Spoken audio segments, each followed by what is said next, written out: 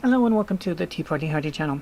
This is a review of the Netflix series Challenger Final Flight. It is a 4-part series, available now on Netflix, I'm presuming.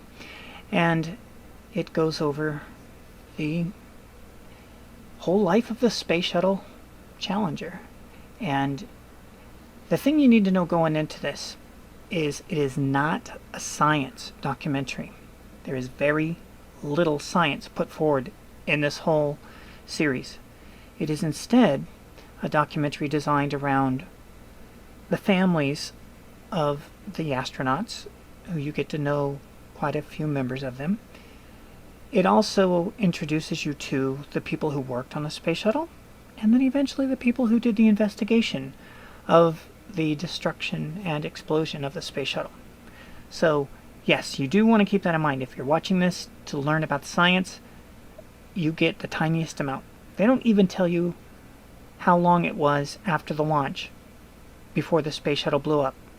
And that's weird because like all the other ones do. All the other documentaries point that out. Anyways, you're not going to get that here. Okay, so let's go over a little bit of the bad stuff and we'll go over a little bit of the good stuff and then we'll wrap it up. Okay, a little bit of the bad stuff. It uses pop songs in episode 1 and 2 that I find, and it's up to you whether you do or not, extremely intrusive. The music is too far forward in the mix, and it feels very much like they're trying to make a music video instead of a documentary. So, and I enjoy a good pop song mixed in, but if you remember the scene in Forrest Gump where it starts playing Fortunate Son and the helicopter's going over, this will take you to almost the exact same emotional status. But this isn't Forrest Gump. This is a real-life event, and we all know it's a tragedy. And if you don't, well, spoiler. Okay, so, and then the thematic music that is written for it also, it just could have been better. It's too far forward. It gets in the way. Music is not supposed to get in the way in a video production. It's supposed to be there to balance, and it does not, in my opinion, and that's what I'm doing on this video.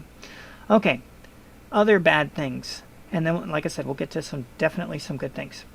The other bad thing is in part 4 in particular, oh boy, they really just smack you upside the head with who the villains are near the end. It's like, it's so bad.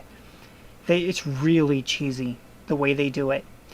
If you watched that movie that was on HBO, the McDonald's one about McMillions, I don't know if the same producers did it. I didn't want to take the time to look it up, but it really felt like they did it. But it worked in McDonald's because McDonald's wasn't that big of a deal.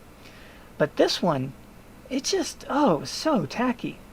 The other thing that it did in this one that was really intriguing, I won't say good nor bad, it was interesting, is it showed the difference.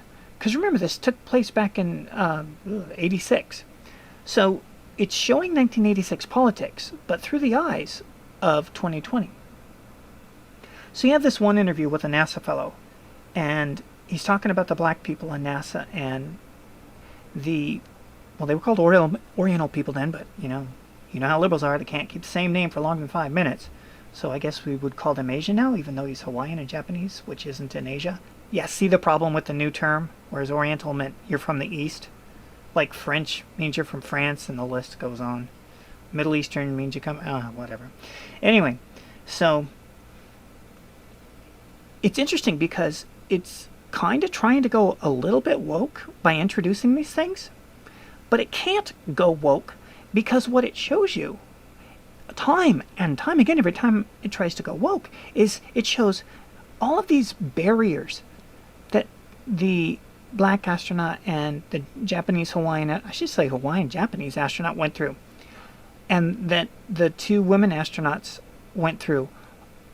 In 1983, they made it a point to not care about those things.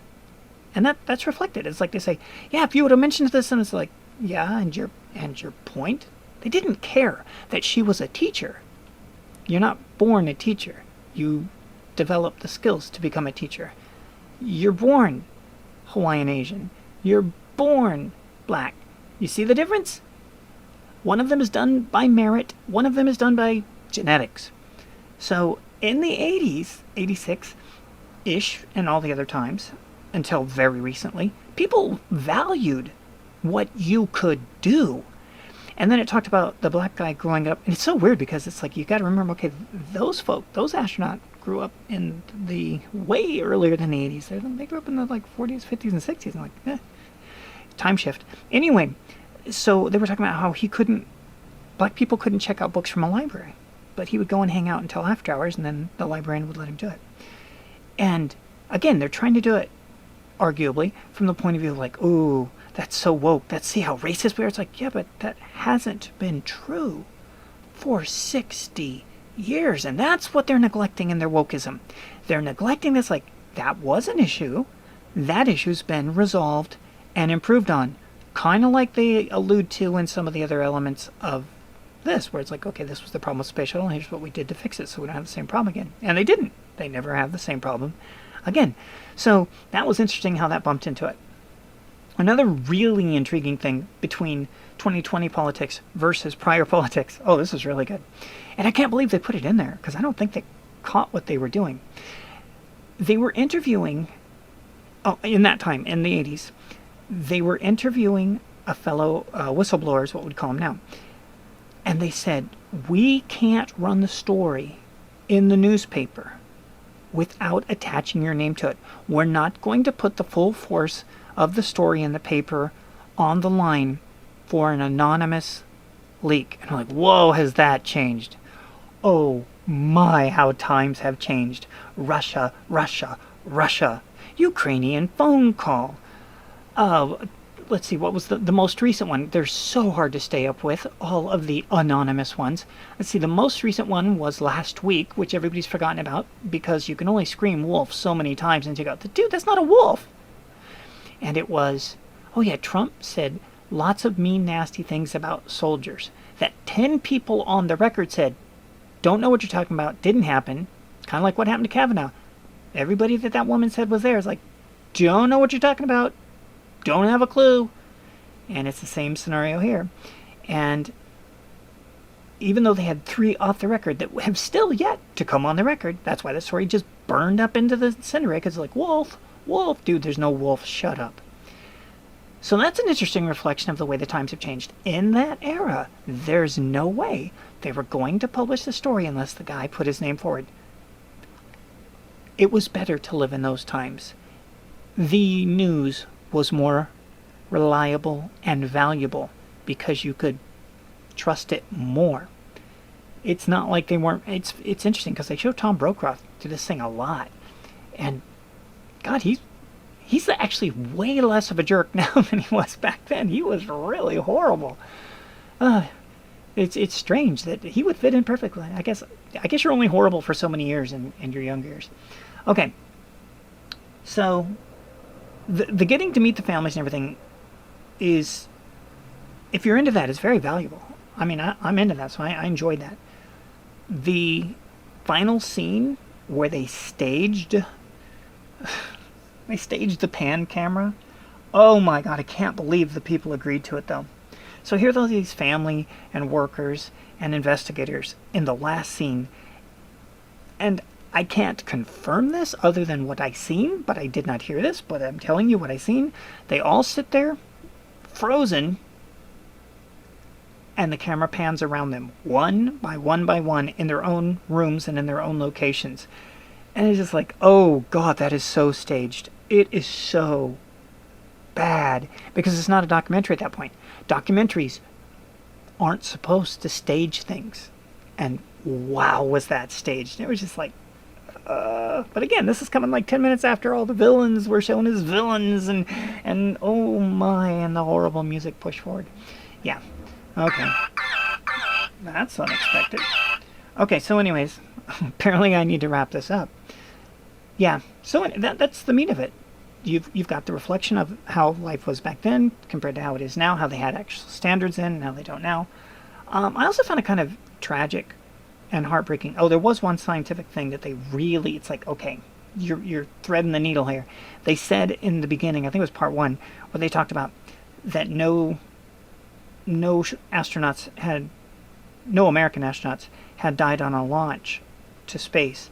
And I'm like, because Gus Grissom would disagree with that, and the other two fellows in that launch that burned up on launch. So I don't know how they thread that needle, but yeah, we did have other astronauts die on the launch pad before the two space shuttles. And then the other thing that was its own tragedy is they do mention the Columbia, but they mention it as the credits are rolling, and that's too bad. Would have made a good sequel. And I'm surprised they didn't try and lead it into that. So is this a valuable show? It's valuable to get to know the families. If you haven't heard the story, you'll get it. You will get Not Enough Science. There is a independent movie that came out a couple of years ago, and I think it's just called Challenger. And it stars Dean Cain, so take that for what it's worth. I love Dean Cain, but boy, is he in some seriously low-budget stuff on a regular basis. The movie I'm talking about is also in that category. But it takes an inside look into the actual events a lot tighter, but only from the point of view of the scientists or engineers that were screaming, don't launch, the O-rings don't work in the cold. It looks into that microscopically as compared to this, which is, again, mainly from the point of view of the families and the investigators and a little bit of the workers. And you meet the workers that are featured in the Dean Cain version. But I do recommend that. And there's a lot more science in that one. A lot more. And the intrigue is really good, too. It's actually one of the best indies he's done as far as a good quality story. But, yeah, I watch his Christmas movies. And, God, those god-awful dog ones, too. Well, good until the dog starts talking. When you're a kid, talking dog stories are awesome. When you're a grown-up, they're like, oh, please, just no. It's weird how that works. Okay. So, anyways, we hope you enjoyed that review. We hope it helps you. And, yeah, check it out on Netflix if you want. And learn some extra stuff. And if you want the science stuff, the main fellow who's interviewed, I don't know his name, but it's the guy that did the whole ratting out thing, and he's in part 3 and part 4. He's got several interviews and documentaries because he's been screaming about it forever. Because yeah, we make a big deal about this now in the mid 20. What's the name of this decade? Well, anyways, for the last 10 years. But all the time in between, it was only him screaming, and they just, oh, he's a madman, he's a madman. The only thing that I got out of this that was really brand new, besides meeting the families, etc., is they do the investigation, the political investigation at the end, and that was, they've never covered that in the other documentaries I've seen, so I found that intriguing. But again, it's also pitched into that little corner of, okay, now we got to funnel this into who the villains are and who the good guys are, and I like the way the other documentaries do it way better because they actually do it based on reality instead of funneling to create a story. Dude, it's a documentary. It's a documentary. You're not supposed to be telling that kind of story. You're not supposed to manufacture it. Anyways, that's it for that. That alarm means something. I have to take care of it. We thank you for watching, and we'll see you in the future.